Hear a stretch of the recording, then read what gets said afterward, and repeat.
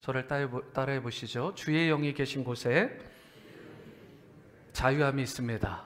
예, 한 번 더 선포하시죠. 믿음의 선포입니다. 주의 영이 계신 곳에 자유함이 있습니다. 임진만 목사님이라는 분이 계세요. 글을 참 잘 쓰시는 분이신데, 이 임진만 목사님이 쓴 무료 이용권이라는 제목의 글을 최근에 읽게 되었습니다. 우리에게 주어지는 하루라는 시간이 있잖아요. 그러니까 여러분과 저에게도 오늘 2022년 2월 13일 주일이라는 이 하루가 모두에게 공평하게 주어졌습니다. 그런데 가만 생각해 보면 이 하루를 대하고 바라보는 시선, 그 안목이 다 다르다라는 거, 여러분 조금 생각해 볼 수 있는 이슈죠. 이 하루에 대해서 이 시간을 어떻게 바라보는 것이 바람직한지, 거기에 대한 긍정적이고 아주 좋은 인사이트를 나누는 글이어서 여러분과 잠시 나누면서 오늘의 말씀을 시작하고자 합니다. 한 번은 시처럼 살아야 한다. 시집의 제목이에요. 한 번은 시처럼 살아야 한다 라는 시집에 이런 내용의 글이 나옵니다. 따뜻한 햇볕 무료. 이 한 글자에 여러분 좀 생각해 볼 이슈죠. 세상에 우리가 누리는 햇볕이 무료로 주어진 것입니다. 그렇죠? 우리가 누리는 모든 햇볕들, 시원한 바람 무료. 시원한 바람도 무료죠. 아침 일출 무료, 저녁 노을 무료. 여기까지는 좋은데 어머니 사랑이 무료라고 그럽니다. 이 시인 감성만 있고 통찰은 없구나라는 생각이 들었습니다. 어머니 사랑이 어떻게 무료입니까? 어머니 사랑은 무료가 아닙니다. 따지고 보면 아침 일출과 저녁 노을도 무료가 아닙니다. 지구가 한 바퀴를 돌아야 비로소 생기는 것이 아침 일출과 저녁 노을입니다. 무료로 얻어지는 것은 아무것도 없습니다. 모두 값이 지불된 것들입니다. 어머니 사랑은 무료가 아닙니다. 어머니의 남은 시간과 생사를 깎아서 나오는 것이 어머니의 사랑입니다. 받는 쪽에서만 보니 값없이 받는 것처럼 보여지지만 주신 분은 사실 모든 것을 주신 것입니다. 내 쪽에서 값을 지불하지 않다 보니 무료인 것처럼 생각돼서 별 감격도 없습니다. 주신 분은 모든 것을 내어주셨는데 받은 사람은 값없이 받다 보니 그 사랑이 도무지 가늠이 안 됩니다. 하긴 어머니의 사랑도 다 이해하지 못하는데 하나님의 사랑을 어찌 다 이해할 수 있겠습니까? 어머니의 사랑은 자식을 낳아보니 어느 정도 이해가 되는데 하나님의 사랑은 자식을 자기 대신 내어줘야 이해가 될 텐데 이런 일이 있겠습니까?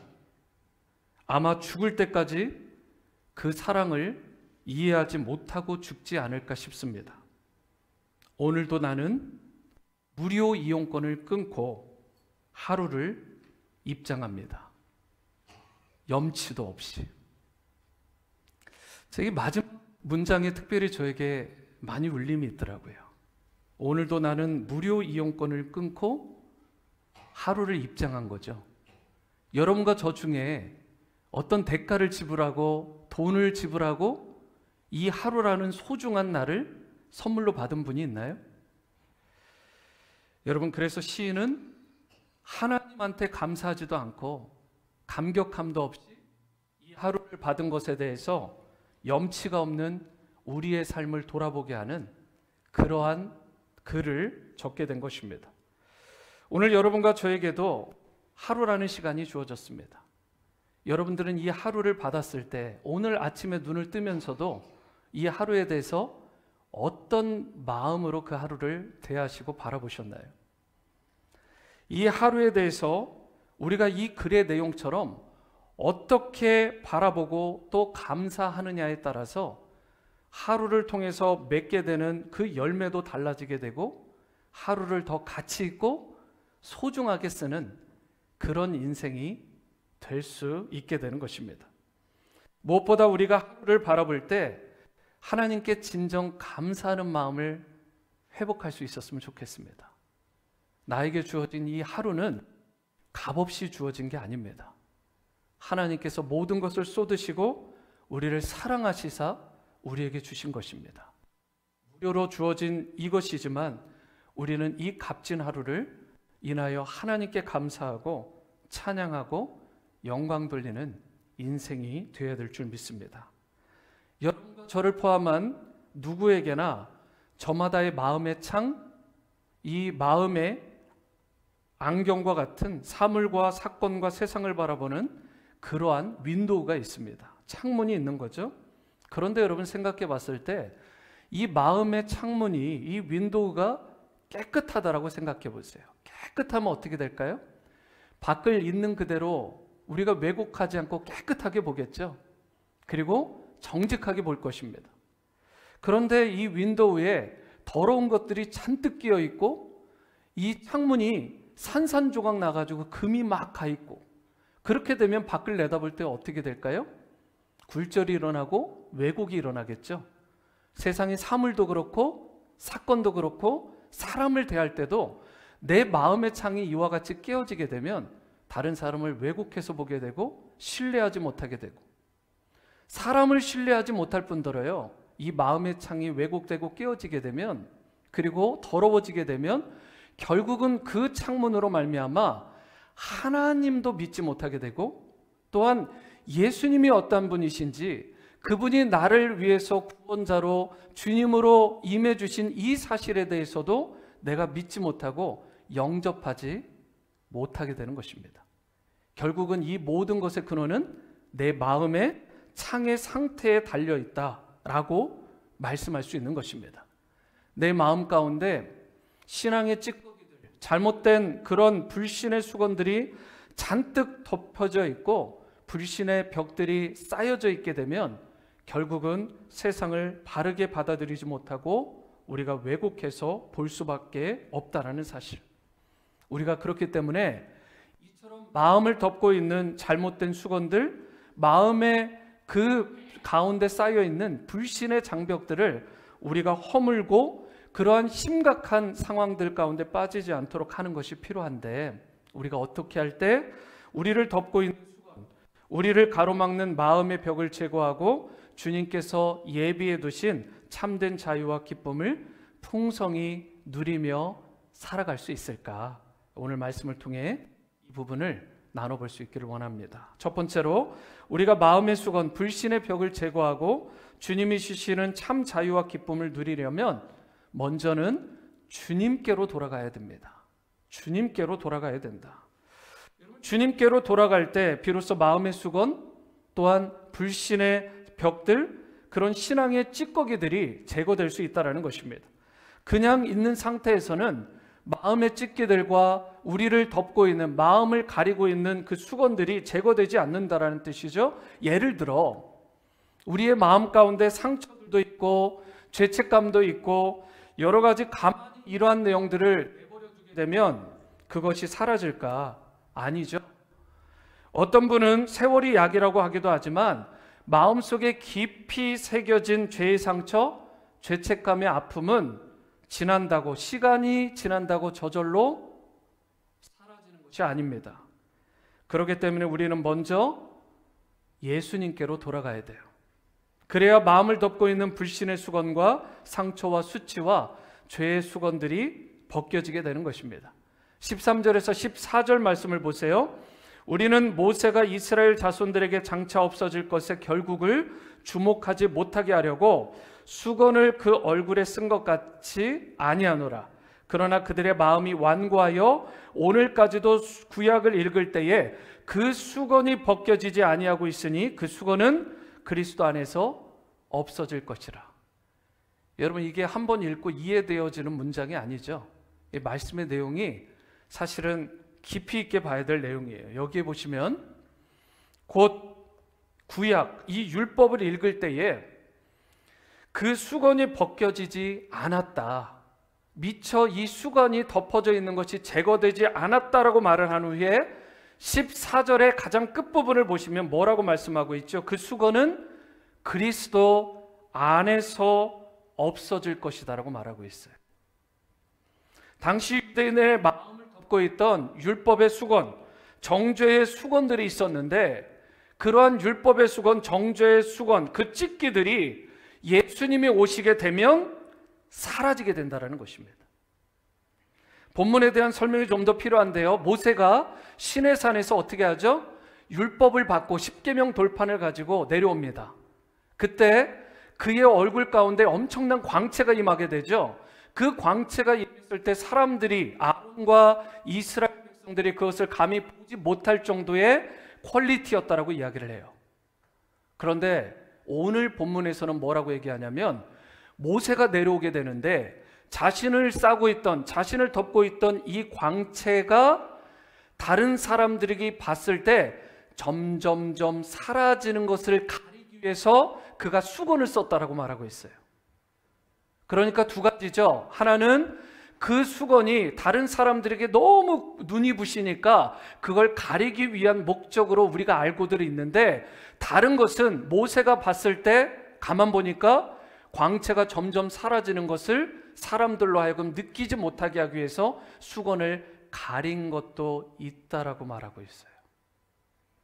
여러분, 그런데 그 수건은 우리가 생각하고 우리가 따라야 될 본질인가요? 아니면 과정에서 잠깐 써야 될 툴인가요? 수건은 우리의 궁극적인 목적이 아닙니다. 이 수건은 곧 없어져야 되는 거예요. 그런데 유대인들의 마음 가운데 그들이 율법을 대할 때에 수건으로 덮고, 하나님을 대할 때도 수건으로 덮고서 여전히 신앙생활을 하고 있다는 거예요. 율법은 이렇게 수건으로 무언가를 덮는 역할을 하게 되는 거죠. 이스라엘의 자손들이 마음이 완고했다라는 표현을, 그만큼 마음 수건이 쌓였다라고 표현을 한 것입니다. 오늘날까지도 구약을 읽을 때 수건이 벗겨지지 않고 있다라고 말을 하는데, 그러나 그 수건은 결국 어떻게 없어지게 되죠? 예수 그리스도로 인해서, 예수 그리스도 안에서만 그 수건이 제거될 수 있다라고 말을 해요. 만약에 예수님의 그 복음을 믿고 언제든지 예수님께로 나아가기만 하면 그 수건이 벗겨지게 되고 율법주의에서 벗어나게 되고 누구든지 참된 자유와 기쁨을 누리게 된다라는 것입니다. 예수님은 십자가 사건으로 모든 율법이 요구하는 사항들을 성취시키셨고 율법을 완성시키셨어요. 그렇기 때문에 예수님을 통해서 우리가 율법주의에서 벗어나게 되는 것이고, 예수님의 복음을 통해서 참된 자유를 누릴 수 있게 되는 것입니다. 율법은 우리를 정죄하고 구속하지만 복음은 우리를 자유하게 하고 영광스럽게 하는 거예요. 요한복음 8장 32절에도 이렇게 말씀을 합니다. 같이 읽어봐요. 시작. 진리를 알지니 진리가 너희를 자유케 하리라. 예수님은 십자가에서 율법의 저주를 담당하셨고 율법을 다 순종하셨습니다. 이제 예수님을 믿는 자는 계속 켜주세요. 괜찮습니다. 계속 켜주세요. 누구나 율법의 저주에서 벗어나게 되고 율법을 다 순종한 자가 되게 하고 또한 참된 은혜와 자유를 누리게 되는 것입니다. 이것이 바로 예수님의 십자가 복음 안에서 누리는 참 자유인 것입니다. 그래서 오늘 본문 16절 말씀에서도 우리에게 이렇게 교훈하는 거예요. 16절. 그러나 언제든지 주께로 돌아가면 그 수건이 벗겨지리라. 그렇기 때문에 무엇보다 우리는 주님께로 돌아가야 되는 것입니다. 나를 위해 죽으시고 나를 위해 부활하신 예수님을 믿을 뿐만 아니라 내 마음의 중심, 삶의 방향이 예수님께로 온전히 돌이켜야 되는 거예요. 그런데 우리가 이처럼 예수님께 돌이켜야 하는데 중요한 것이 있죠. 그것은 우리가 예수님이 누구신지, 예수님이 행하신 일과 앞으로 행하실 위대한 일들이 무엇인지 알고 주님께 돌이켜야 되는 것입니다. 제가 이렇게 설교를 하고 있지만 사실 목회자의 설교보다 더 중요한 것이 하나님의 말씀 성경입니다. 그렇기 때문에 우리 손에 무엇보다 성경이 늘 들려 있어야 돼요. 그래서 매일 큐티 하셔야 되는 것이고 성경 전체를 보는 그러한 성경 통독의 시간을 가지셔야 돼요. C.S. 루이스가 이런 이야기를 했습니다. 책의 몸통까지 사랑해야 된다. 이게 무슨 말씀인지 아시겠죠? 책의 몸통까지. 성경도 사랑해야 되지만 성경책도 사랑해야 된다는 뜻이에요. 여러분 찬양 가운데 이런 게 있잖아요. 나의 사랑하는 책 비록 헤어졌으나 어머니의 무릎 위에 앉아서 재미있게 듣던 말 그때 일을 지금도 내가 잊지 않고 기억합니다. 귀하고 귀하다. 우리 어머니가 들려주시던 재미있게 듣던 말 이 책 중에 있으니 이 성경 심히 사랑합니다. 여러분 성경을 사랑하시기 바랍니다. 성경책도 여러분 사랑할 수 있게 되기를 바랍니다. 성령의 감동, 성령의 인스피레이션은 이처럼 성경을 진심으로 사랑하고 가까이 하는 사람, 그리고 받은 하나님의 언약의 말씀을 붙들고 깨어서 기도하는 자에게 주어지는 게 성령의 감동이에요. 여러분 성령의 감동은 이렇게 말씀과 기도에 깨어있는 자, 말씀을 사랑하고 가까이 하는 자에게 주어지게 되는 것입니다. 올 한 해 표어가 뭐죠? 오직 성령으로. 성령의 감동을 받고 성령의 능력으로 덧입힘을 받아야 되는데 그러한 인생의 조건 가운데 성경을 사랑하고 성경책을 사랑하는 사람이 여러분 이러한 성령의 감동을 받을 자격이 있는 것입니다. 이찬수 목사님이 그의 책 아는 것보다 사는 것이 중요하다 해서 성경을 읽지 않는 오늘날의 크리스천에 대해서 이렇게 풍자하는 내용을 읽게 되는데요. 요즘 크리스천의 문제는 성경을 너무 모른다는 것입니다.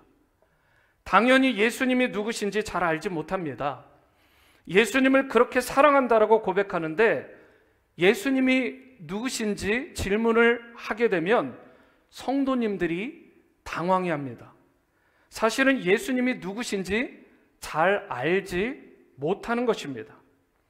장례식장에 가서 밤새 울며 고글하다가 새벽에 동이 트니까 그런데 누가 죽었지? 라고 하는 것과 같습니다. 요즘 크리스천들이 성경을 안 읽어도 너무 안 읽어서 그 모습을 루터가 내려본다면 가슴을 치며 답답해할 것입니다.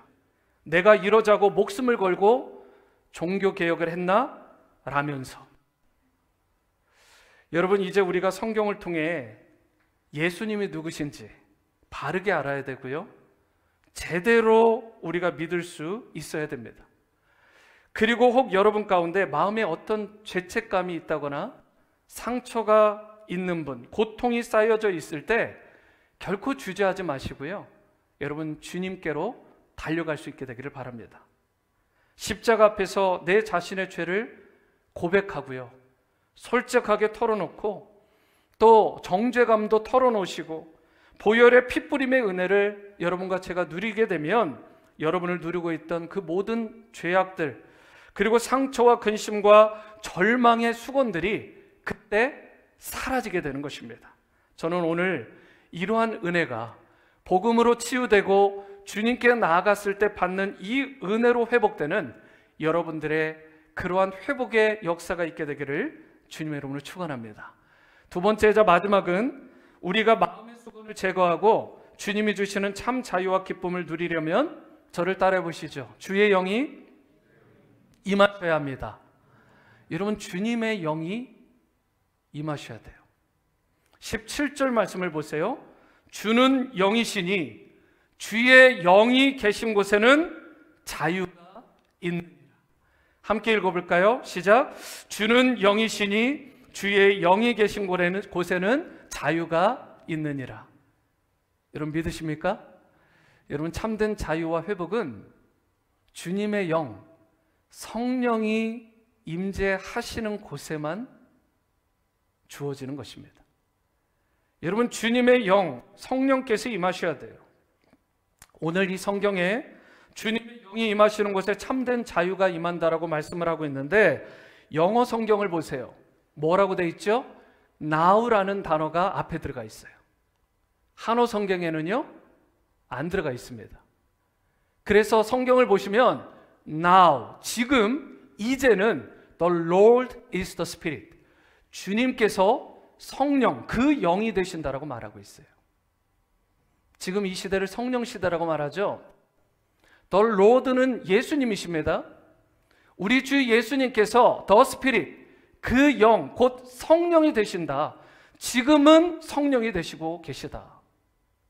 예수님께서 2000년 전에 이 땅에 오셨을 때 십자가를 지시고 부활하시고 승천하시기 전까지는 예수님과 성령이 뭔가 따로 이렇게 있는 것처럼 느껴졌는데, 예수님께서 어센션, 승천을 하시고 나서 보혜사 성령을 우리에게 보내셨는데, 그분이 더 스피릿, 곧 성령이라는 거예요. 그리고 그분이 바로 주님의 영, 예수님의 영이라고 성경은 분명하게 말씀하고 있습니다. 그래서 이제는 예수님께서 나에게 임하신다는 뜻이 곧 성령이 나에게 임하신다는 말과 같은 말이라는 뜻이에요. 그래서 여러분, 성령이라는 단어를 가질 때 어떤 일부 분들은 엘러지 반응을 보이는 분들이 있는데 잘못된 것입니다. 성령은 예수님의 영이시고 예수님의 그 영이 곧 성령이시기 때문에 성령을 인정하셔야 되고 성령을 사랑하셔야 되고 성령을 여러분 높이셔야 되는 거예요. 그 성령을 의지하셔야 되는 것입니다. 주님의 영으로 더 스피릿, 그 성령으로 충만함을 입을 때에 우리를 묶고 있는 모든 수건들과 더러운 찢기들과 악한 것들이 다 사라지게 되고, 그때부터 진정한 자유와 기쁨과 축복과 평강과 영원한 영광이 우리 가운데 주어진다는 말씀이에요. 주님의 성령이 아니고서는 이러한 자유함과 기쁨과 축복과 영광을 얻을 길이 없다라는 뜻입니다.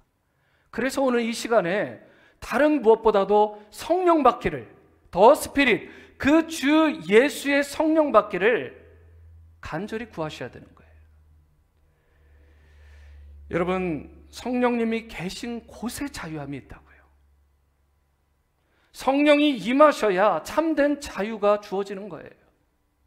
로마서 8장 2절에 이는 그리스도 예수 안에 있는 생명의 성령의 법이 죄와 사망의 법, 우리를 정죄하고 누르는 율법의 법에서 너를 해방시켰다, 너를 자유케 했다라고 분명하게 말씀하고 있습니다. 성령으로 말미암지 않고는, 더 스피릿, 주님의 영으로 말미암지 않고는 도저히 우리의 죄의 문제, 정죄함의 문제, 저주의 문제, 율법이 우리에게 주는 그 정죄함과 죄책감의 문제를 해결할 길이 없어요. 여러분들이 말씀을 가지고 씨름하고 말씀을 지키기 위해 노력하는 것, 여러분 너무나 장한 일이고 칭찬받을 일이고 중요한 일이죠. 그런데 율법의 행위, 율법을 지키는 그 일 자체로 우리 인생 가운데 진정한 자유함이 주어질 수 없다고요. 진정한 승리도 주어질 수 없다고요.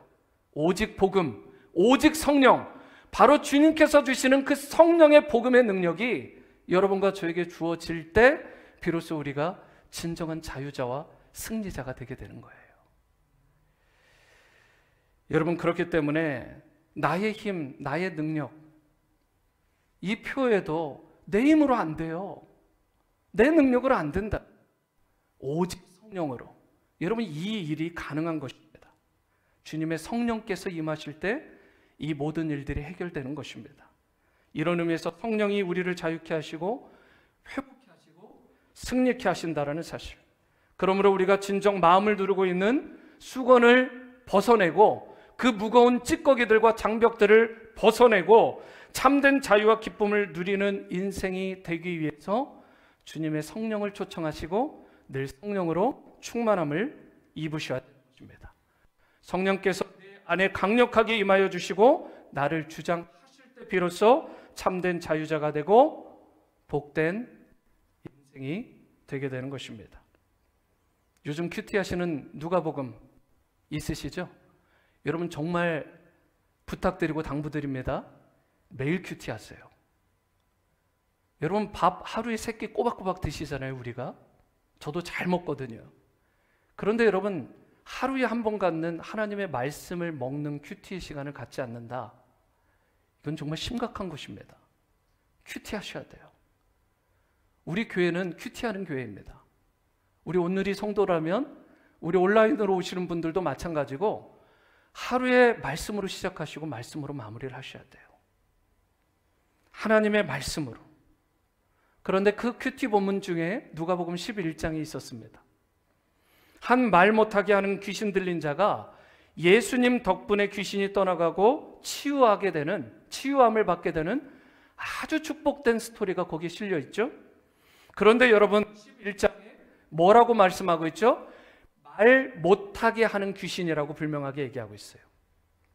말 못하게 하는 걸 누가 저지른 거예요? 귀신이 조종을 한 것입니다. 귀신이 말 못하게 하는 귀신이 있대요. 그런데 이게 무슨 뜻일까요? 귀신 가운데 말 못하게 하는 귀신도 있지만 잘 못 듣게 하는, 귀머거리하게 만드는 귀신도 있고요. 또 귀신 가운데는 누군가에게 임해서 사기꾼으로 만드는 귀신도 있고요. 페류나로 만드는 귀신도 있고요. 폭력배로 만드는 그러한 귀신도 있고, 그리고 음란하고 간음하게 만드는 그러한 귀신도 있다라는 거예요. 귀신이 한 가지만 있는 게 아니고 여러 가지 작동을 하는데 온갖 추잡하고 더럽고 악하고 나쁜 죄는 다 합니다. 다 해요. 여러분, 그런데 이러한 귀신들의 모든 행태들을 누가 파헤치시고 이 귀신들을 누가 쫓아내세요? 누가복음 11장 14절은 다 함께 읽겠습니다. 시작.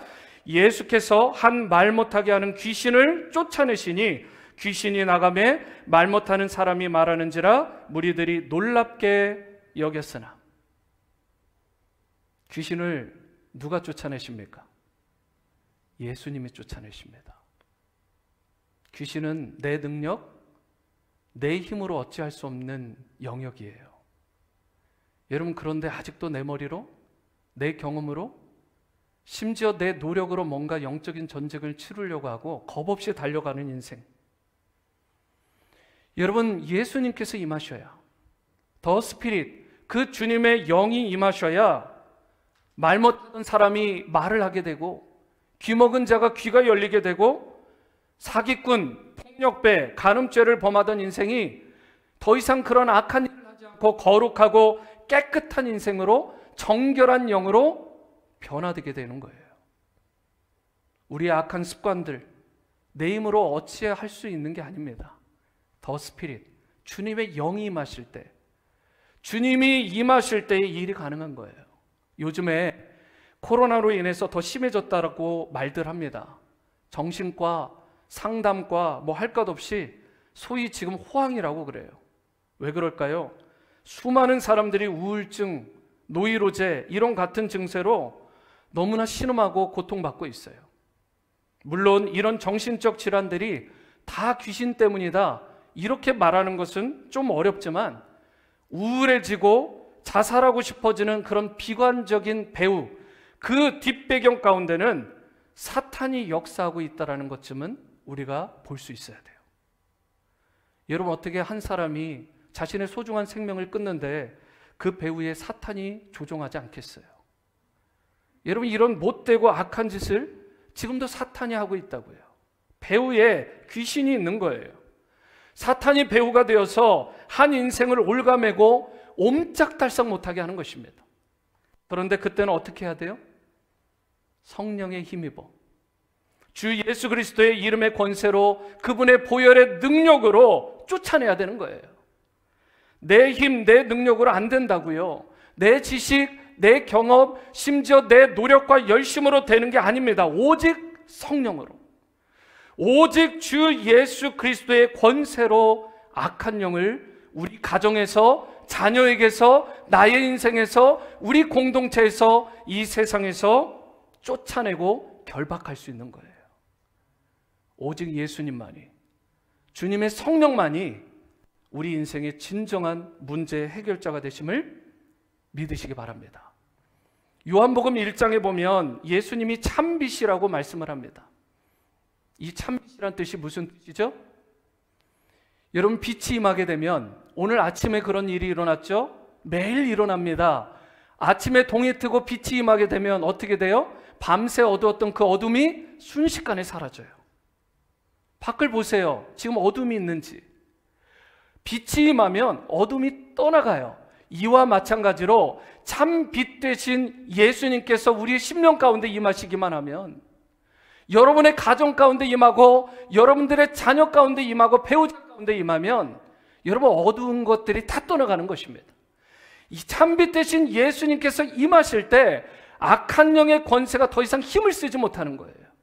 그렇기 때문에 우리의 인생 가운데 무엇보다 누구보다 예수님을 초청하셔야 돼요. 그분이 내 인생의 주인이 되어주시고 내 자녀의 주인이 되어주시고 우리의 가정을 주장하시고 주관하시고 이끌어 주실 때, 우리 공동체의 궁극적인 주인이 되어 주실 때 여러분 어둠이 떠나가고 그 우리를 묶고 있는 죄의 찢기들, 그 무거운 수건들이 다 벗어지고 주의 영으로 자유함을 읽는 놀라운 은혜를 경험하게 되는 것입니다. 여러분, 오늘 마지막으로 14절, 18절 말씀을 보시면, 우리가 다 수건을 벗은 얼굴로 거울을 보는 것 같이 주의 영광을 보매 그와 같은 형상으로 변화하여 영광에서 영광에 이르니 곧 주의 영으로 말미암음이니라, 이렇게 말씀을 합니다. 여러분들에게 누군가가 또는 제가 묻는다면 여러분 어떻게 대답하시겠어요? 이런 질문입니다. 여러분들의 인생의 궁극적인 목적, ultimate goal은 무엇입니까? 여러분들이 생을 마감할 때 이 한 가지만은 내가 지켰다, 이것을 위해 달려갔다, 이것이 나의 표대였다라고 말할 수 있는, 여러분 그것을 묻는다면 여러분들은 뭐라고 대답하시겠어요? 오늘 성경을 보세요. 예수님을 닮아가는 것, 예수님처럼 되는 것, Christ-like characteristic, 바로 예수님 닮은 인격과 성품과 그분의 능력을 내가 덧입어 이 세상을 승리하며 살아가는 것, 예수님을 닮아가고 예수님처럼 살아가는 것, 여러분 이것이 바로 우리 인생의 궁극적인 목적이라고요. 그래서 예수님처럼 변화된 인생, 그리하여 영광스러운 인생이 되는 것이 여러분과 저의 목표가 되는 것이고, 이것이 이루어지기 위해서 우리에게 필요한 것이 우리의 마음을 덮고 있는 그러한 죄의 찢기, 정죄의 수건들, 그런 온갖 더러운 덮고 있는 추악한 것들을 다 성령의 힘으로 제거하는 일이 필요하다는 것입니다. 그래야 예수님처럼 변화될 수 있게 되는 거예요. 찬양 중에 여러분이 잘 아시는 성령이 오셨네라는 귀한 곡이 있습니다. 2절 가사가 이렇게 시작합니다. 잘 들어보시면, 억눌린 자, 갇힌 자, 자유함이 없는 자, 피난처가 되시는 성령님 계시네. 주의 영이 계신 곳에 참 자유가 있다네. 진리의 영이신 성령이 오셨네. 여러분, 오늘 이 시간 주의 영이 계신 곳으로 나아가는 여러분과 제가 될 수 있게 되기를 바랍니다. 얽매였던 모든 죄들이 다 풀어지고 심령의 결박, 육신의 질병, 가난의 결박이 다 풀려지게 되시길 바랍니다. 여러분을 누르고 있는 모든 더럽고 또 추악한 수건들이 다 제거가 되고 세상이 줄 수 없는 참된 자유와 기쁨과 평강이 여러분과 여러분의 가정과 자녀들에게 임하게 되기를 바랍니다. 나아가 예수님의 형상으로 변화되시고 영광스러운 성도의 삶을 일평생 풍성히 누리며 여러분이 하나님 나라를 경험하는, 천국을 누리며 살아가는 그런 복된 성도의 삶 다 살아가게 되시기를 주님의 이름으로 축원합니다.